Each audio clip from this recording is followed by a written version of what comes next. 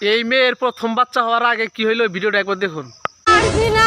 কি দেখে যে পচি রে আমি না অ্যাম্বুলেন্সকে ফোন করে দিছি আর আমি যে মাদুটা তো লালিছি খাটা কমল লালিছি তার আগে তুই বোমা গাড়ি শুরু কর দে কষ্ট করে। ঠিক কইছো ঠিক কইছো ঠিক কইছো। বাবু বাবু একটু ধৈর্য ধরো, অ্যাম্বুলেন্স আসে, একটু ধৈর্য ধরো। এটা ধৈর্য ধরার সময় এটা ধৈর্য ধরার সময় কিন্তু বাবু আমি কি করলি, আমার কি দোষ? তুমি কি করলে, তোমার কি দোষ? এটা তো তোমারই কর্ম, তুমি তো করলে শয়তান একটা। বৌমা মেয়ে হয়ে জন্মাইছো, বাচ্চা তো হবেই। তোর বেটাকে বল না বুড়ি জন্ম দিতে, কেন মেয়ে হইতে জন্য কি মেয়েকেই জন্ম দিতে হবে নাকি? আরে বাবু তুমি এরকম করো, মা সব দেখে খারাপ ভাববে। দেখুক না দেখুক, ভাবুক, শুনুক, তো আমার কি কেমন একটা কুকর্ম ছেলেকে জন্ম দিয়েছে, কুত্তা জানোয়ার শয়তান একটা। দেখেই আমার ঘৃণা লাগছে। আমার কাছে আরে বাবু এরকম সময় তো স্বামী পাশে থাকে না, স্বামী থাকবে না কে থাকবে?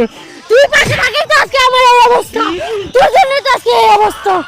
যখন একটা বাচ্চা ছিল তো আর একটা নেওয়ার কি ছিল না শয়তান, আমাকে মারার জন্য উঠে পড়ে লাগছিস না, আমি যেন মরি। বৌমা বংশ তো একটা প্রদীপ দরকার।